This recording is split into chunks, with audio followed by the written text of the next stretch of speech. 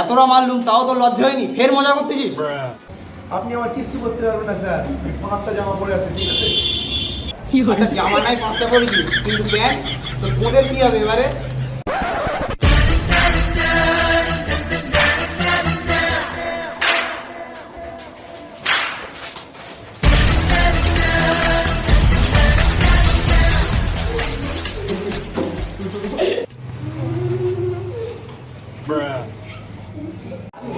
বাঁদর, এতটা মার খেলি তাও হেসতেছিস? তোর লজ্জা নেই? স্যার কেন 4টে পড়ে আছে? গাধা পিটিয়ে কোনদিন ঘোড়া করা যায় না। যা তোরা সব বস, তুইও গিয়ে বস।